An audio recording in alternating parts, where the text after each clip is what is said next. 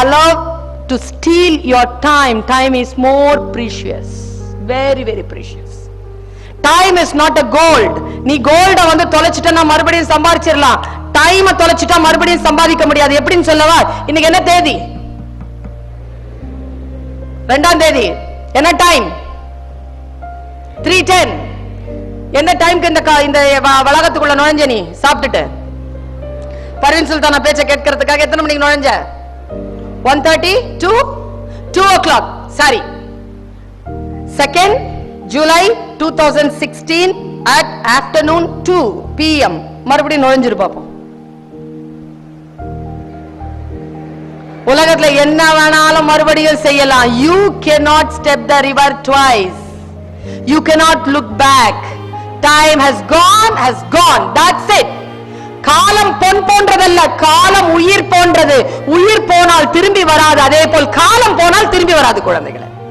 காலத்தை யார் அவர்கள் சீஸ் செய்து கொள்கிறார்களோ, யார் அவர்கள் கையகப்படுத்திக் கொள்கிறார்களோ அவர்கள் தான் வாழ்க்கையில் ஜெயிக்கிறார்கள். Seize your time. Don't allow to waste your time. Any cost. It is the investment. இப்ப நானும் நீயும் பேசிட்டு investment. It's not waste. செலவாய் கூட போல, அது சேமிக்கப்படுகிறது, முதலீடு செய்யப்படுகிறது. டைம் வந்து இன்வெஸ்ட் பண்ணு. மணினா செகண்டரி தான். நாலேஜ் கெயின் பண்ணு. நாலேஜ் கெயின் பண்றதும் லேர்ன் பண்றதும் அப்படிங்கிறது தான் வாழ்க்கையில் இன்வெஸ்ட் பண்றது. Do invest the time. வாழ்க்கையில மிக மிக முக்கியமான ஒரு தருணத்தை நான் சொல்லுகிறேன். இந்த உலகத்துல நீ சொல்றல்ல, இன்னைக்கு எனக்கு ஹாப்பி பர்த்டே. பர்த்டேவே பெருசு உனக்கு. இதுல ஹாப்பி பர்த்டே எப்படி வந்துச்சு? நீ பிறந்ததுக்கு நான் எதுக்கு சந்தோஷப்படணும்? இன்னொரு விஷயம் சொல்றேன், பர்த்டேயை விட மிக முக்கியமானது எந்த டே தெரியுமா? நீ ஏன் பிறந்தன்னு இந்த உலகத்துக்கு சொல்ற நாள். அதான் முக்கியமே தவிர உன் பர்த்டே முக்கியம் இல்ல. Don't celebrate your birthday. Rather than you celebrate your victorious day. You celebrate your successful day. நீ சக்சஸ்ஃபுல் ஆகிறதுக்கு எனக்கு தெரிஞ்ச ஒரு அம்மாங்க, பழனி அம்மாள் அவங்க பேர். இன்னைக்கும் நீ சிதம்பரம்ல போனா பார்க்கலாம். கிழக்கு வீதி தெருவுல அவங்களுடைய கிளினிக் இருக்கு. She must be 90. She is a gynecologist. நான் அவங்கள போய் பார்த்தேன். அவங்க கிட்ட கேட்டேன், அவ்வளோ காலத்துக்கு முன்னால இந்த சின்ன கிராமத்துல எப்படி நீங்க டாக்டர் ஆனீங்க? எனக்கு படிக்கிறதுனா ரொம்ப பிடிக்கும். அப்படியா? எவ்வளவு பிடிக்கும் சொல்லுங்க பாப்போம். அவங்க சொன்ன பதில் நான் அப்படியே சொல்றேன், முடிஞ்சா புரிஞ்சுக்கோ. நான் தீபாவளிக்கும் பொங்கலுக்கும் புது துணி வாங்க மாட்டேன். என்ன வாங்குவீங்க? அன்னைக்கு நான் யூனிஃபார்ம் வாங்குவேன், புது யூனிஃபார்ம். எதுக்கு? நான் எக்ஸாமினேஷன் போகும்போது அதை போட்டு போவேன். ஏன் அப்படி? தீபாவளியோ பொங்கலோ நான் யாரு இந்த உலகத்துக்கு காட்ட போறது கிடையாது. என்னுடைய எக்ஸாமினேஷன் ஹால் தான் நான் யாரு இந்த உலகத்துக்கு காட்ட போகுது. அதனால நான் எக்ஸாமினேஷன் ஹாலுக்கு போகும்போது புது ட்ரெஸ் போட்டு போகிற வழக்கம் எனக்கு இருந்ததுன்னு சொன்னாங்க அந்த அம்மா. How she is celebrating her examinations. நீ எம்ஜிஆர் படம் பார்த்திருக்கியா? கையில ஒரு வாய் வச்சிட்டு ஆடும்போது அவர் சிரிச்சிட்டே இருப்பார். ஏன்? வித்யா கர்வம். எனக்கு இது தெரியும், நான் விளையாடுகிறேன் அப்படிங்கிற ஒரு விஷயத்துல அவர் என்னைக்குமே வில்லன் கிட்ட தோத்ததே கிடையாது. உன் எக்ஸாமினேஷன் நாள்லயே நீ அந்த சிரிப்போட தான் எக்ஸாமினேஷன் பேப்பரையே சந்திக்கணும். ஒரு எம்ஜிஆர் கையில வாள் எடுத்து சுத்துற மாதிரி அவ்வளவு சந்தோஷமா.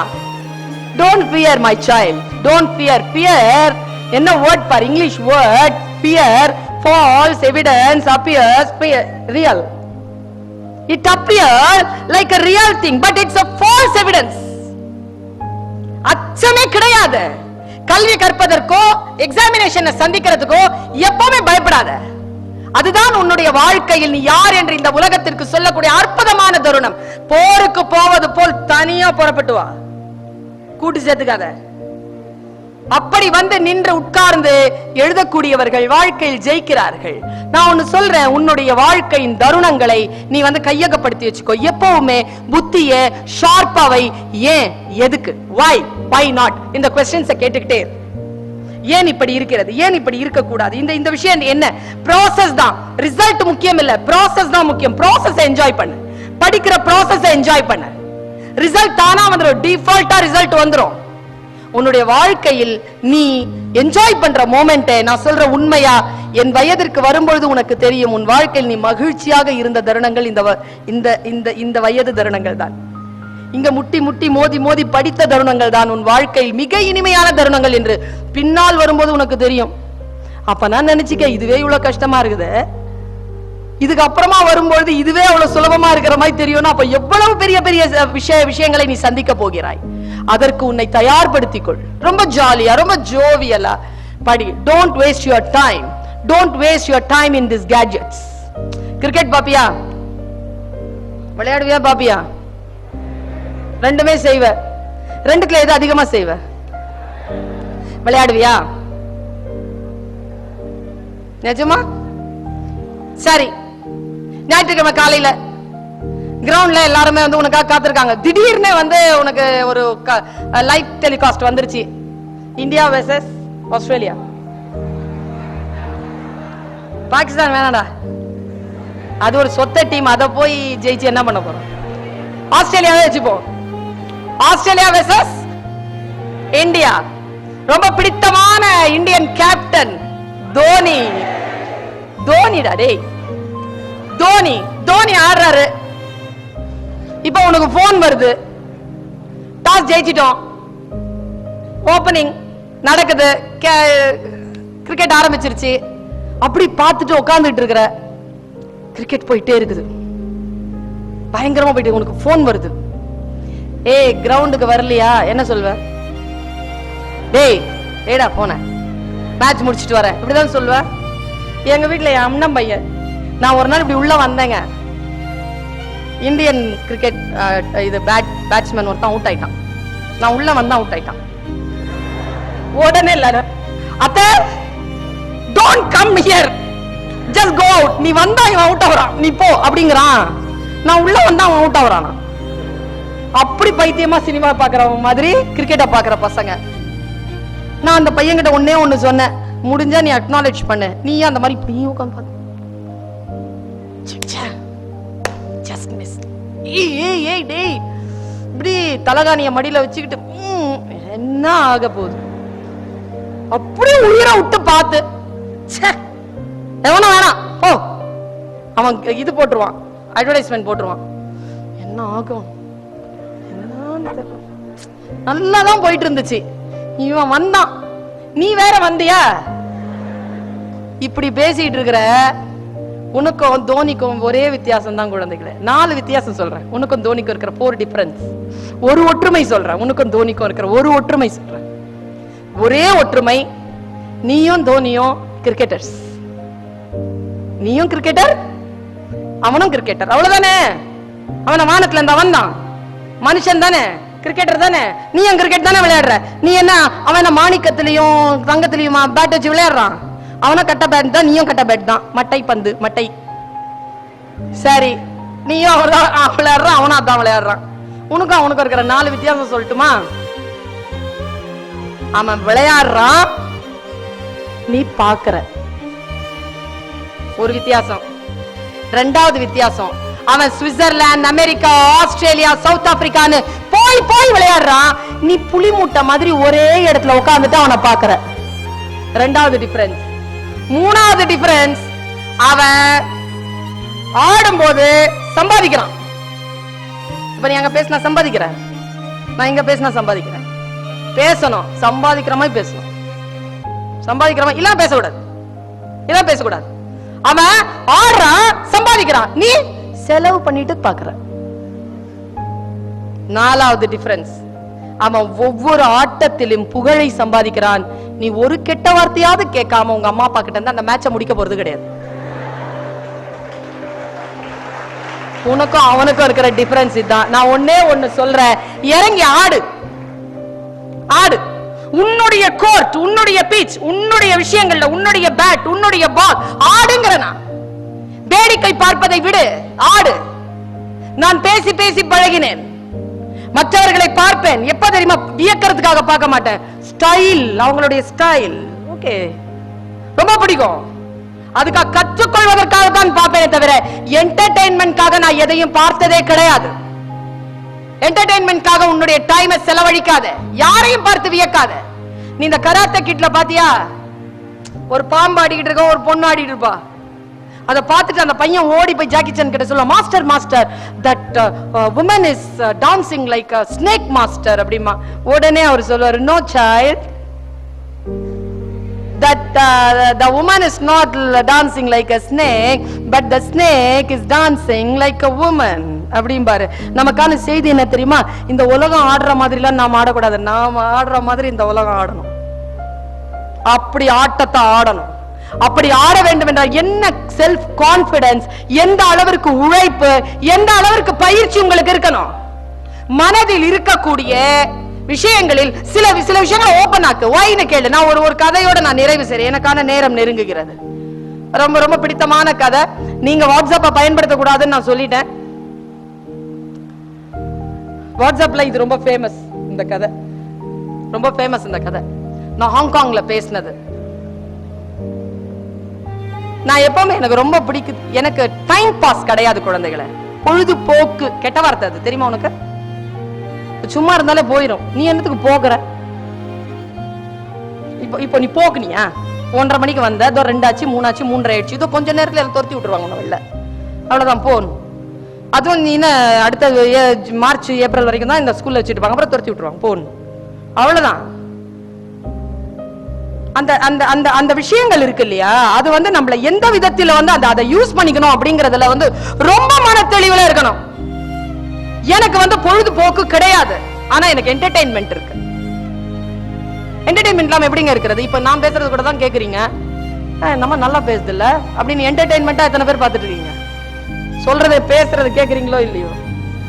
என்டர்டெயின்மெண்ட் இல்லாம மனசு ரொம்ப வாடி போயிருங்க. we need entertainment.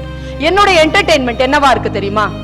என்னுடைய என்டர்டெயின்மெண்ட் என்னன்னா, நீ சொன்னா ஆச்சரியப்படுவ, தலையில அடிச்சுக்குவ, புக் ரீடிங். ஐயோ, இத போய் என்டர்டெயின்மெண்ட் இந்த அம்மா சொல்லுது.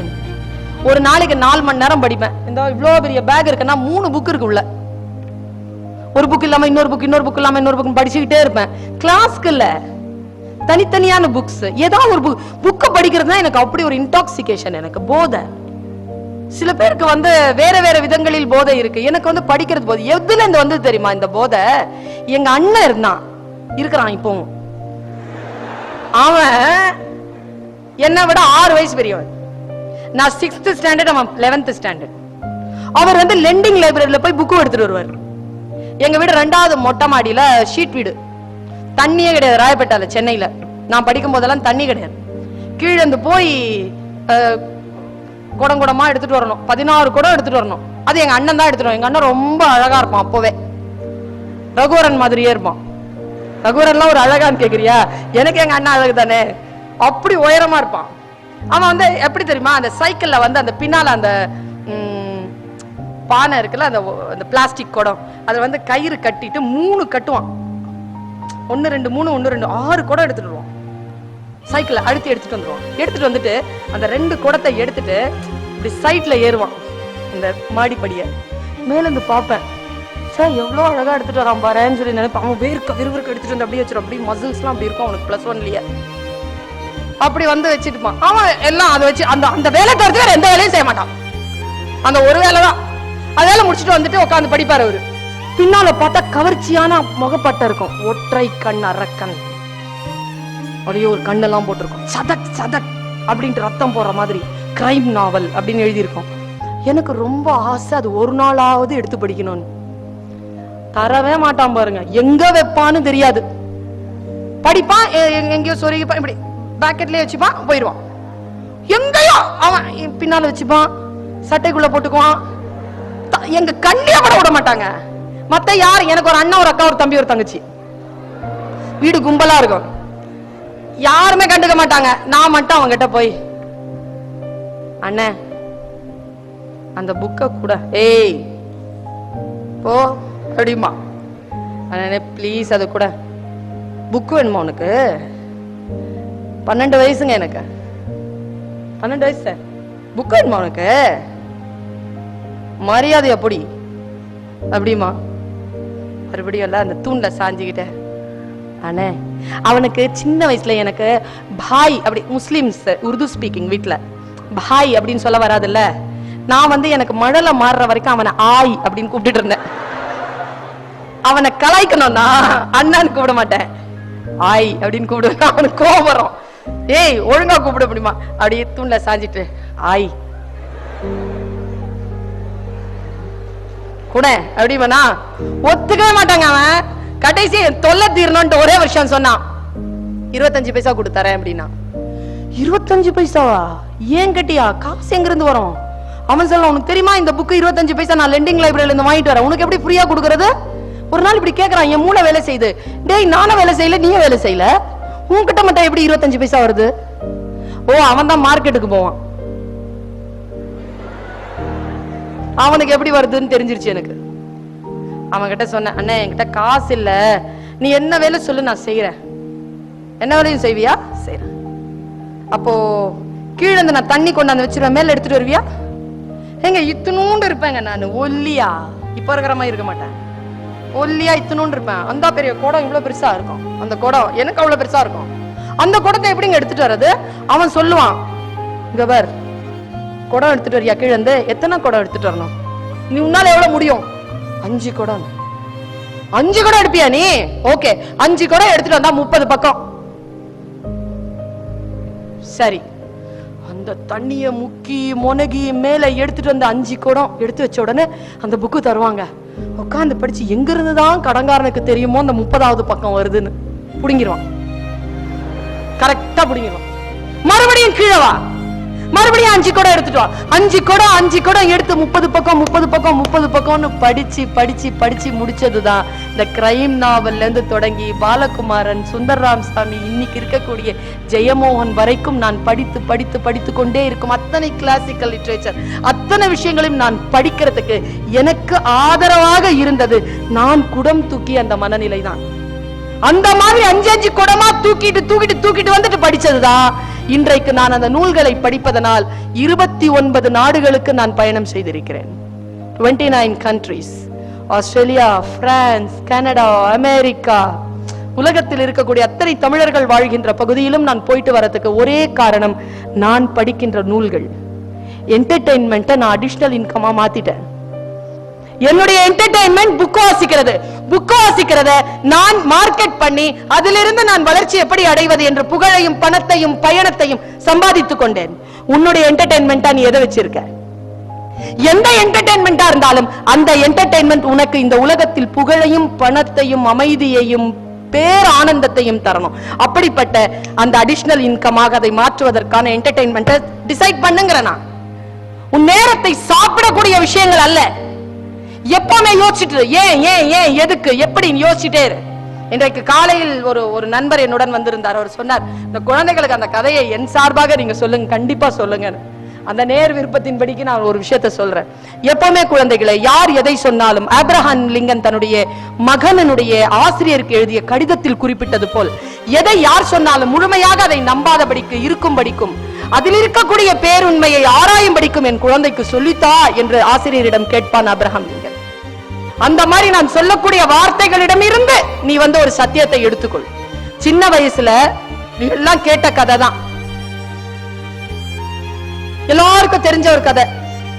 என்ன கதை? யாருதான் ஏன் சொல்லி தராங்க உங்களுக்கு?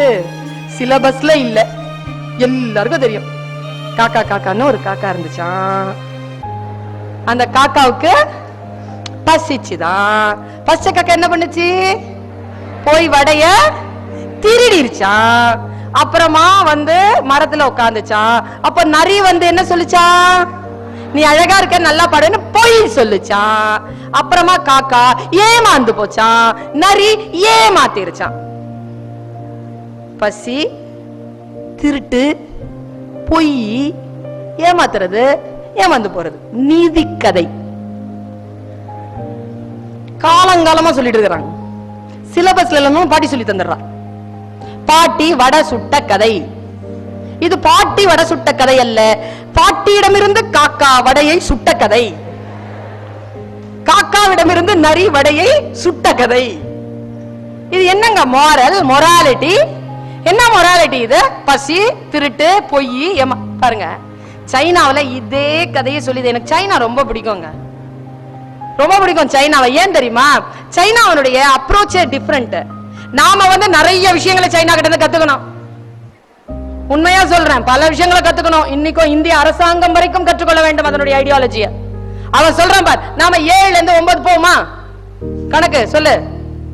7ல இருந்து 9 போகுமா? போவாது. என்ன பண்ணலாம்? பக்கத்துல இருந்து கடன் வாங்கு. சரி, கடன் வாங்க, நீ திருப்பி கொடுத்தியா? கடன் தானே வாங்கின. காலங்கால கடன் வாங்கு, கடன் வாங்கு, கடன் வாங்கு. நாய் சேகர் மாதிரி, நாய் சேகர் மாதிரி கடன் வாங்கு, கடன் வாங்கு, கடன் வாங்கு. என்னது? கடன் வாங்கினா திருப்பி கொடுக்கணும்ல. இங்க பாருங்க, இவர் வந்து இறங்கின, சூடா ஒரு கப் காபி கொடுத்தாரு, பசியா இருந்தது, அடங்கிருச்சு. செய்த உதவி. போனுக்கு கொஞ்சம் சார்ஜ் பண்ணிருங்க சார் சொன்ன 200 ரூபாய் சார்ஜ் பண்ணிருக்காரு. வீட்டுக்கு போய் அந்த 200 ரூபாய் திருப்பி அனுப்பணும். நல்லா ஞாபகம், அவர் கொடுத்த காஃபியும் அவர் கொடுத்த 200 ரூபாயும் ஒண்ணு இல்ல. பார், சைனால என்ன சொல்றாங்க பார், 7 வீட்டுக்கு 9ஆம் நம்பர் வந்திருக்குதான். உடனே 7 தவிக்குதான். ஐயோ, நம்ம வீட்டுக்கு யாரோ வந்துட்டாங்களே, நம்ம கிட்ட இருந்து ஒண்ணு கொடுக்கணுமே, நம்ம கிட்ட இல்லையேன்னு தவிக்கும் போது நம்ம என்ன சொல்லி தரோம்? பக்கத்துல உனக்கு கடன் வாங்கணும். அங்க அப்படி சொல்லி தரல. அங்க என்ன சொல்லி தராங்கன்னா, அப்படி 7 தவிக்கும் பொழுது பக்கத்தில் இருக்கும் ஒரு எண் தன்னிலிருந்து ஒன்றை தந்து உதவும். தருமா? இது தருமா? நான் ஏங்குறது இல்ல, இது தரும். இப்போ அவர் கொடுத்த காஃபி இருக்குல்ல, சூப்பரா இருந்துச்சு காஃபி. நான் வீட்டுக்கு போயிட்டு சரவணா பவன்ல இருந்து ஒரு காஃபி வாங்கி பேக் பண்ணி இவர் காமிச்சிருவா. 200 rupees எப்படியும் பேங்க்ல போட போறேன். 200 rupees என்பது கடன், உரியவர்களுக்கு திருப்பி தர வேண்டும். ஆனால் பசித்த பொழுது எனக்கு அவர் தந்த காஃபி உதவி. என் முன்னால் பசியோடு யாரேனும் வந்தால் அது அவர்களுக்கு திருப்பி தந்து விட வேண்டும். இதுதான் அடிப்படையில் தார்மீக பொறுப்பு. Morality in education. மேத்தமேட்டிக்ஸ் அப்படி சொல்லி தராங்க சைனால பாருங்க. இதே காக்கா கதை எப்படி சொல்லி தராங்க குழந்தைகளை. ரொம்ப அலர்ட்டா கேளுங்க, நான் முடிக்க போகிறேன்.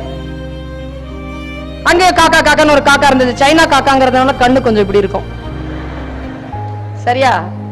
அந்த காக்கா நேரா பசிக்குது. அந்த காக்கா, பசிச்ச காக்கா நேரா தூரத்துல இருந்து ஏதோ ஒரு புகை வர மாதிரி இருக்க. ஐயோ பாட்டி, அப்படி நேரா போய், பாட்டி அங்க வடை சுடுவாள், நேரா பாட்டி கிட்ட போய் உட்காருது. ஃபர்ஸ்ட் சொல்லி தரா பாரு குழந்தை கிட்ட, ஒரு அம்மா, ஒரு டீச்சர், ஒரு பாட்டி. பசிச்சுதா, நேரா போய் எங்க சாப்பாடு இருக்கோ அங்க உட்காந்து ஃபர்ஸ்ட் சொல்லு, பசிச்சுன்னா சொல்லு. நேர்மை. பாட்டி பசிக்குது, எனக்கு ஒரு வடை தாயே. நேர்மை. பாட்டி சொல்றா, இரு காக்கா, ஈர வரக வச்சு கஷ்டப்பட்டுட்டு இருக்கேன், வடை சுட்ட உடனே தரேன் அப்படின்னு யோசிக்குது காக்கா. நமக்கு ஹெல்ப் பண்றேன்னு சொன்ன இந்த பாட்டிக்கு நாம ஹெல்ப் பண்ணலாமே, நமக்கு தான் கூடு கட்ட தெரியுமே என்று போய் காய்ந்த சுள்ளிகளை கொண்டு வந்து போட்டது காக்கை. உழைப்பு, நேர்மை, பசி, நேர்மை, உழைப்பு. உழைத்த காக்கை காத்துட்டு இருக்கு. பாட்டி அந்த சுள்ளி எடுத்து வடை சுட்டுட்டா. வடை சுட்ட ஜோர்ல காக்காய மறந்துட்டா பாட்டி. ஏன்னா அது கம்யூனிச நாடு, முதலாளித்துவம், கேபிட்டலைசேஷன். அந்த முதலாளித்துவத்தில் தான் சுட்ட வடையை அந்த தொழிலாளிக்கு தராமல் ஏமாற்றுகிறாள் பாட்டி. உடனே காக்கை கேட்கிறது, தொழிலாளர் உரிமை. ஏ பாட்டி, நான் முதலில் கேட்டது பிச்சை, இப்பொழுது நான் கேட்கிறேன், நான் உழைத்த உழைப்பிற்கு கூலி கொடு. உரிமை. வாங்கி கொண்டு, ஐயோ சாரிடா ராஜா, மறந்துட்டேன் என்று சொல்லிட்டு வடைய கொடுக்கிறா பாட்டி. வடையை எடுத்துட்டு காக்கா மேல போய் உட்காருது. மேல போய் உட்கார்ந்த உடனே எல்லா நாடுகளிலும் போய் சொல்லுகின்றவர் ஏமாற்றுகிறவர்கள் இருக்கிறாங்க தானே. அங்கேயும் ஒரு சைனா நரி வந்துட்டு சொல்லுச்சு, காக்கா நீ அழகா இருக்கிறியே, நல்லா பாடுறையாம, நீ ஒரு பாட்டு பாட. அப்படியா அப்படின்னு சொல்லிட்டு வாயை திறந்துச்சு காக்கா. வடை கீழே விழுந்தது. நம்ம கதையை அதோட முடிச்சோம் தானே. சைனாக்கார முடிக்கல பாரு கதைய. கீழே விழுந்தது. நரி வாயில கவிர்ச்சி. அந்த ஒரு வினாடி பாக்குது காக்கா, அடே நான் உழைத்த உழைப்பை இன்னொருவன் திருடுவதா என்று சுய விழிப்புணர்வு கொள்ளுகிறது. தொழிலாளர்